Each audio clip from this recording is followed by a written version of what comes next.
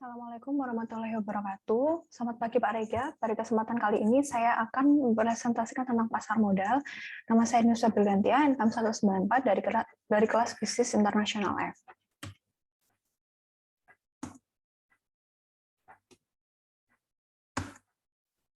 Apakah itu pasar modal? Pasar modal adalah tempat bertemunya dua pihak, yaitu investor dan emiten. Investor berperan sebagai pihak yang memiliki dana, dan emiten adalah badan usaha yang membutuhkan modal dan mengeluarkan surat berharga untuk diperdagangkan.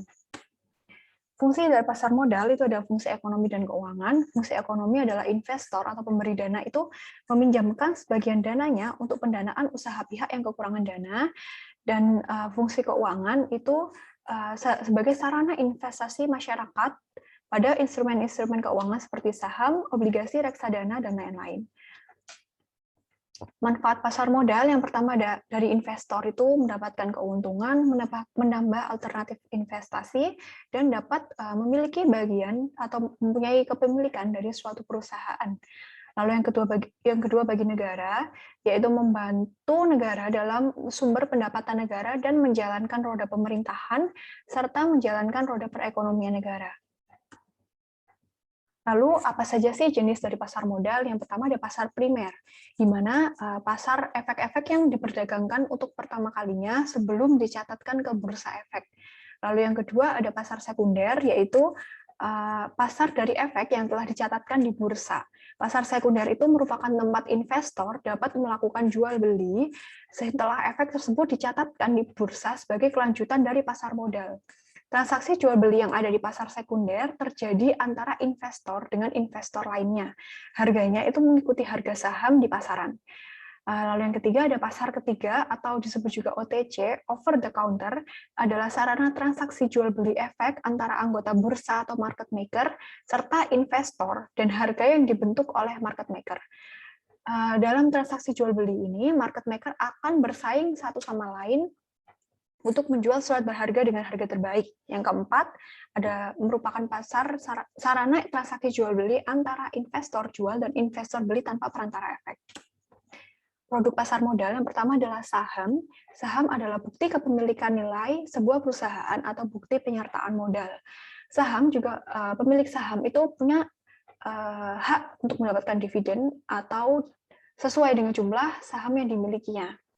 Lalu ada reksadana, diartikan sebagai wadah yang dipergunakan untuk menghimpun dana dari masyarakat pemodal untuk selanjutnya diinvestasikan dalam portofolio efek oleh manajer investasi. Di sini ada 3 hal yang penting terkait dengan reksadana, yaitu yang pertama adanya masyarakat sebagai pemodal, lalu yang kedua dana itu diinvestasikan ke dalam suatu portofolio efek, dan yang ketiga dana itu dikelola oleh manajer investasi. Dengan demikian dana yang ada dalam reksadana itu merupakan dana bersama para pemodal, sedangkan manajer investasi adalah pihak yang dipercaya untuk mengelola dana tersebut. Yang ketiga ada obligasi. Obligasi ini berisi janji surat utang jangka panjang, jangka menengah ke panjang yang dapat dipindahtangankan atau diperjualbelikan. Obligasi ini berisi janji dari pihak yang menerbitkan untuk membayar imbalan berupa kupon atau bunga pada periode tertentu dan melunasi pokok utang pada waktu yang ditentukan kepada pihak pembeli obligasi. Lalu yang keempat ada derivatif, termasuk instrumen keuangan campuran yang berisi saham, obligasi, indeks saham, indeks obligasi, mata uang, tingkat suku bunga, dan instrumen keuangan lainnya. Nah, menurut investor dunia terkenal Warren Buffett, derivatif ini adalah salah satu produk pasar modal yang paling tinggi resikonya. Kenapa? Karena derivatif ini mempunyai banyak aspek di dalamnya sehingga butuh perencanaan yang sangat matang dalam pembeliannya. Juga derivatif ini memiliki fluktuasi yang relatif tajam dibandingkan dengan produk-produk pasar modal yang lainnya, sehingga investor yang berinvestasi di produk pasar modal derivatif itu harus benar-benar memiliki teknik yang bagus untuk menentukan produk investasinya. Nah, di sini sebelum kita berinvestasi, kita tuh harus memperhatikan 3 hal utama. Yang pertama, ada tujuan investasi. Apakah kebutuhan kita itu untuk jangka pendek, menengah, atau panjang? Karena ini berkaitan dengan produk investasi apa yang harus kita beli. Lalu yang ketiga ada risk appetite atau selera risiko. Mengingat ada kata-kata high risk, high return, maka kita tuh harus menyesuaikan investasi kita dengan resiko yang bisa kita tanggung. Apakah resiko tinggi, resiko sedang, atau relatif aman, resiko rendah. Dengan catatan bahwa resiko tinggi akan mendatangkan keuntungan yang paling tinggi, sedangkan resiko rendah akan mendatangkan keuntungan yang paling rendah. Lalu yang ketiga, ada jumlah dana investasi yang secara rutin akan diinvestasikan. Nah, kenapa hal ini penting? Karena dana yang diinvestasikan itu harus berbeda dengan dana yang kita gunakan untuk kebutuhan hidup sehari-hari.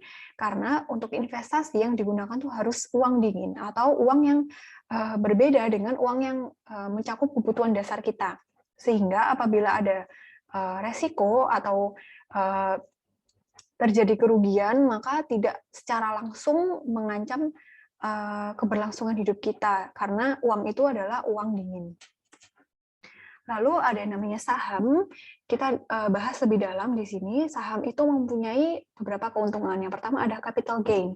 Capital gain itu adalah salah satu manfaat investasi. Semakin berkembangnya suatu perusahaan yang kita beli sahamnya, maka harga sahamnya itu akan naik gitu ya, akan naik sehingga ketika kita jual maka harga saham itu akan lebih tinggi daripada harga ketika kita beli. Selisih margin dari penjualan saham itulah yang kita sebut sebagai capital gain. Lalu yang kedua ada dividen saham. Ketika kita berinvestasi dalam perusahaan, kita akan menerima pembagian dividen atau pembagian laba gitu ya. Dividen itu merupakan pembagian laba yang disesuaikan dengan porsi saham atau banyak lembar saham yang dimiliki oleh masing-masing investor. Dan juga ketika kita sudah mendapatkan dividen dari suatu perusahaan, maka kita sudah diakui sebagai salah satu pemilik dari perusahaan tersebut dan berhak mengikuti RUPS atau Rapat Umum Pemegang Saham. Yang ketiga, pembelian saham untuk saat ini itu sangat fleksibel, dapat dilakukan secara full online sehingga memudahkan investor. Yang kedua, kita bahas tentang resiko, yaitu ada namanya capital loss, di mana kerugian modal, kondisi di mana suatu saham itu harga jualnya lebih rendah daripada harga beli. Jadi ketika kita menjual, kita akan mengalami kerugian. Yang kedua ada suspensi. Suspensi adalah penghentian perdagangan sebuah saham karena sejumlah faktor. Sebuah saham itu ketika disuspensi tidak bisa diperjualbelikan oleh investor sehingga akan stuck atau macet. Lalu yang ketiga ada likuidasi. Risiko investasi saham ini dapat terjadi ketika perusahaan itu bangkrut atau dibubarkan oleh pengadilan dan tidak bisa membayarkan keuntungan, tidak bisa memberikan keuntungan kepada investornya. Nah, ketika kita memiliki saham di perusahaan yang dilikuidasi, maka pemegang saham itu adalah pihak yang paling terakhir untuk mendapatkan haknya dari kewajiban perusahaan itu. Lalu ada analisa pembelian saham itu ada fundamental dan teknikal. Ketika kita memilih analisa fundamental, maka analisa ini bertujuan mempelajari hal-hal yang berhubungan dengan kondisi keuangan suatu perusahaan untuk mengetahui sifat-sifat dasar dan karakteristik operasional perusahaan tersebut.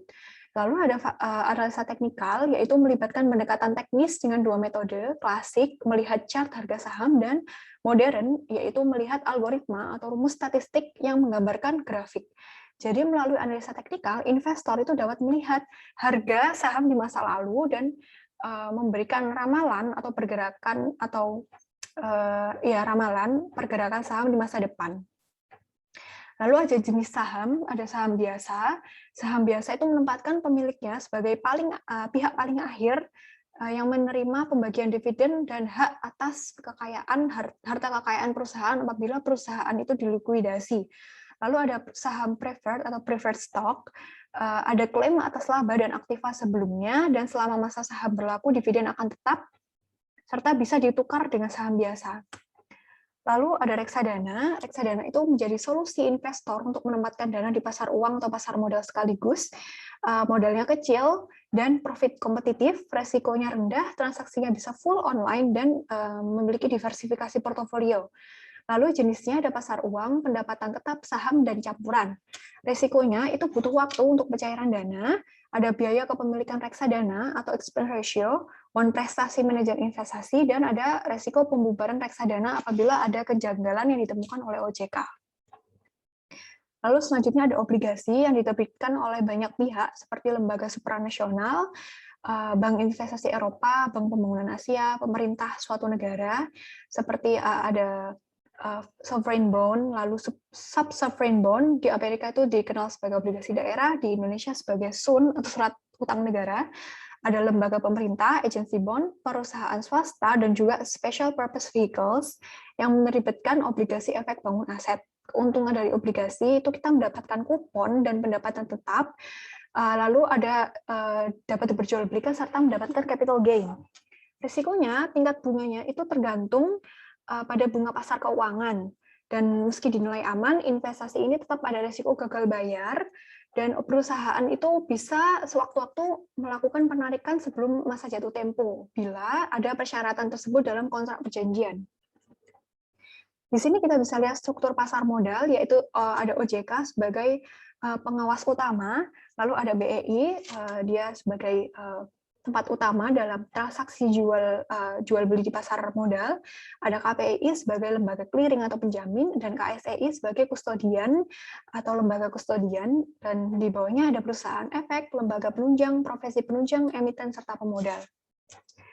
Nah, di sini kita bisa lihat ada mekanisme perdagangan saham, di mana investor beli dan investor jual itu melakukan order beli dan order jual yang masuk ke bursa efek, lalu kemudian diteruskan ke lembaga clearing atau penjamin datanya, lalu kemudian diteruskan ke lembaga penyimpanan dan penyelesaian, di mana setelah itu lembaga penyimpanan dan penyelesaian mengeluarkan saham untuk diberikan kepada investor pembeli, lalu mengeluarkan uang untuk disalurkan ke investor jual.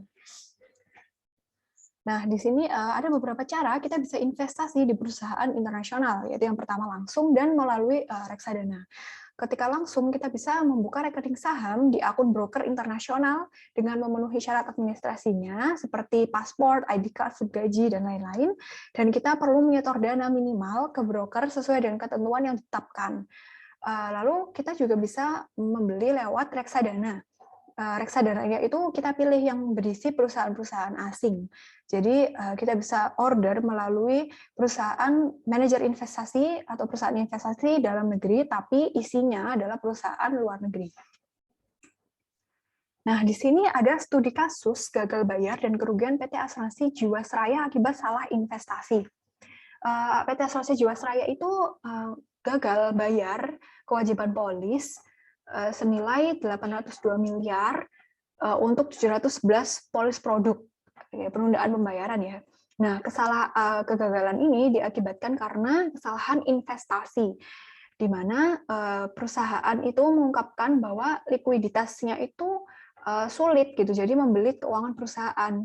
Padahal seharusnya itu likuiditas perusahaan itu bisa digunakan untuk membayar polis ini ya. Jadi likuiditas itu membuat Jiwasraya gagal bayar polis. Nah, pada periode 2007 sampai 2012, Jiwasraya itu menempatkan dananya pada repo saham.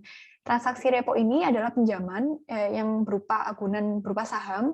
Pinjaman ini menawarkan bunga yang tinggi dan resiko yang tinggi pula. Makanya Jiwasraya itu berani menjaminkan return yang tinggi pada CS Proteksi Plan 2013 dengan menawarkan bunga yang tinggi pula. Nah, masalahnya muncul ketika pasar modal itu melemah dan harga-harga sahamnya ini anjlok, sehingga perusahaan ini tidak bisa menjual saham mereka dengan nominal beli atau lebih. Jadi ketika mereka memaksa jual, maka mereka malah akan rugi. Jadi indikasi kesulitan likuiditas Jiwasraya ini adalah suatu bentuk kesalahan dalam pengelolaan investasi. Dan mayoritas dana yang diinvestasikan oleh perusahaan ini tuh ada di efek atau di pasar modal. Sehingga OJK itu menyoroti dua hal yang membuat Jiwasraya itu kesulitan likuiditas.